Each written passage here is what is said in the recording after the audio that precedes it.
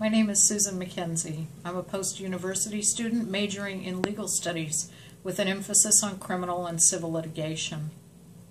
I'm a political activist and an environmentalist. I'm here today to inform you of the effects that the Fukushima Daiichi nuclear disaster is having on our planet and the inhabitants on it. Its effect has been devastating and will continue to be for many years to come. My father was a nuclear scientist.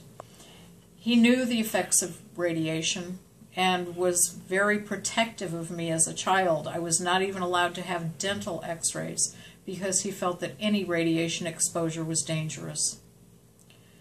I have researched and followed the Fukushima disaster since it started in March of 2011, and I'm deeply concerned about the effect it's having on our environment. We all need to stay informed about what's going on in Fukushima, and we need to learn more about what we can do to prevent any nuclear radiation exposure. Let's start by looking at what happened in Fukushima. A major earthquake and tsunami hit Japan on March 11, 2011. The nuclear reactors at Fukushima Daiichi plant were destroyed by the tsunami, and it caused 4 of them to melt down. The nuclear contamination entered our atmosphere and has since entered our ocean. These are pictures of the Fukushima plant during the explosions.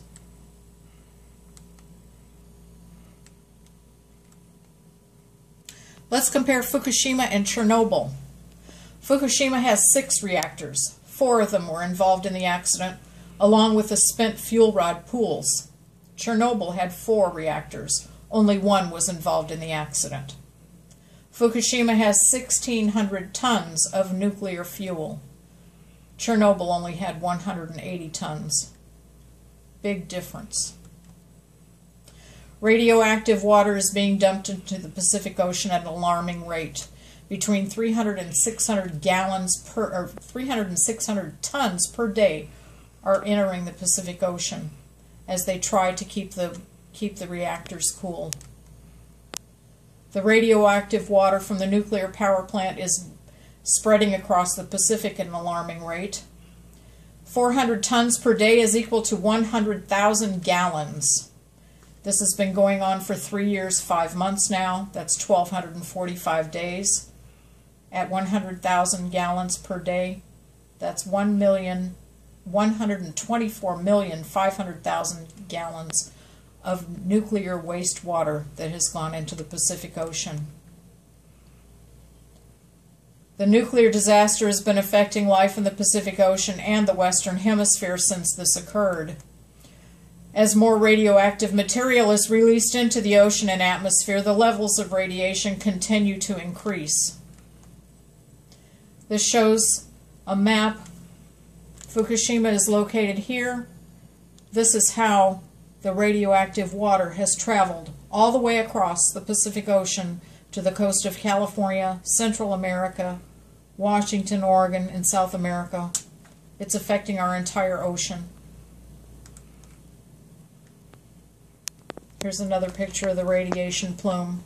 And this doesn't even include the radioactive material that was released into the atmosphere that flew across the Pacific Ocean and landed in Alaska, Canada, and North America. The effect has been devastating on whales, dolphins, all marine life. Whales and dolphins have been displaying very unusual behavior. They're not communicating with each other, and they're beaching themselves.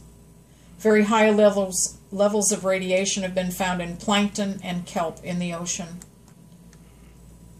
This shows the migration of bluefin tuna. They put a tracking device on Terry the tuna, who crossed the Pacific Ocean 3 times in 600 days. This is the route. As you can see, he traveled from Tokyo back to San Francisco, Los Angeles, down to Baja, and back again. These are some of the fish that have been affected by the radiation. Not very appetizing looking. This is a photograph of a shark. You can see the deformity on his jaw. And the scientist is checking radiation levels in fish. Scientists have confirmed that Fukushima radiation is now in the California kelp beds. Plant life. The radioactivity from Fukushima has affected the plant life. These are daisies, and you can see the obvious deformity in them. Corn. It's getting into our food system. These are vegetables that have been deformed. These are tomatoes, or it is a tomato. More corn. This picture was taken in Oregon, near Portland. You can see the deformity in the corn level. More tomatoes. Animals have been devastated. The seals have been found with hair, losing their hair, and they have lots of bleeding lesions and ulcers on their bodies. Many of these sea lions, the pups have not been surviving. They have died at an alarming rate this year. 45% of them have died.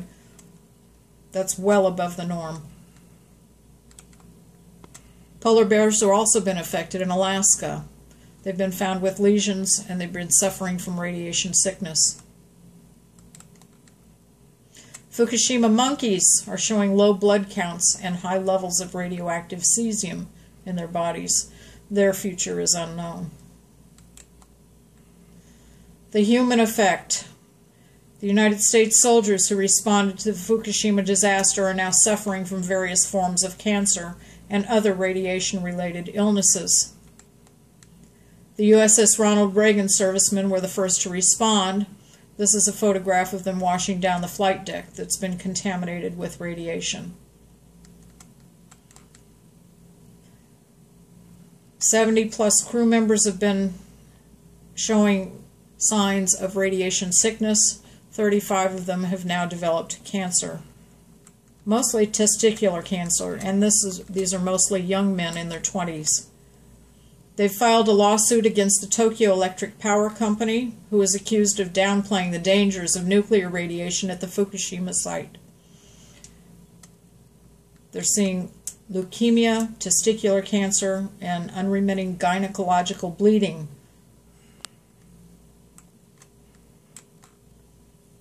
Japanese children here are being checked for signs of radiation exposure, and now the children in Japan wear radiation badges. Our food chain has been affected. Radioactive fallout contaminates our soil. The plants and fruits grow in the soil. Humans and animals eat the vegetation. And fish are also contaminated with radiation. It is a domino effect and will affect everybody.